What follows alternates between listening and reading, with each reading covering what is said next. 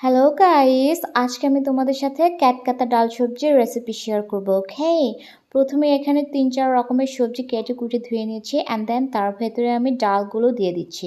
এটা কিন্তু মুসুর ডাল, তোমরা চাইলে হুসুর মুসুর জুসুর যা পারো সেই ডাল দিয়ে এটা রান্না করতে পারো, নো প্রবলেম। এরপরে সব রকমের মশলা দিয়ে দিতে হবে, বাংলা মশলা যা আছে সব দিয়ে দিবা, সাথে কিন্তু অবশ্যই তেলটাও অ্যাড করবা। ওকে, তারপরে সবকিছু ভালোভাবে নেড়ে চেড়ে মিশিয়ে নিয়ে ঘপ ঘপ করে খানিকটা পানি ঢেলে দিবা। তারপর গ্যাসটা অন করে আধা ঘন্টার জন্য চলে যাবা তোমার বোনের সাথে কথা বলতে।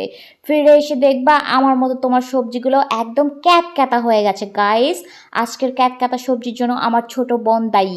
ওর সাথে কথা বলতে বলতে সবজির কথা আমার মাথা থেকেই চলে গেছে। গাইস, দ্যাটস ওয়াই সবজিগুলো একদম ক্যাতক্যাতা হয়ে গেছে। No problem. এখন আমি সবজিগুলোকে বাগার দিব। তার জন্য তেল গরম করে নিয়েছি আর তার ভেতরে দিয়ে দিচ্ছি 5 ফোড়ন, শুকনো মরিচ এবং তেজপাতা। এগুলোকে ফোড়ন দেওয়ার পরে দিয়ে দিতে হবে পেঁয়াজ এবং রসুন।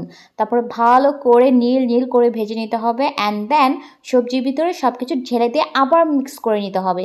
তারপরেই তোমার ক্যাতক্যাতা সবজি ক্যাতক্যাত করে গেলার জন্য রেডি। ওকে।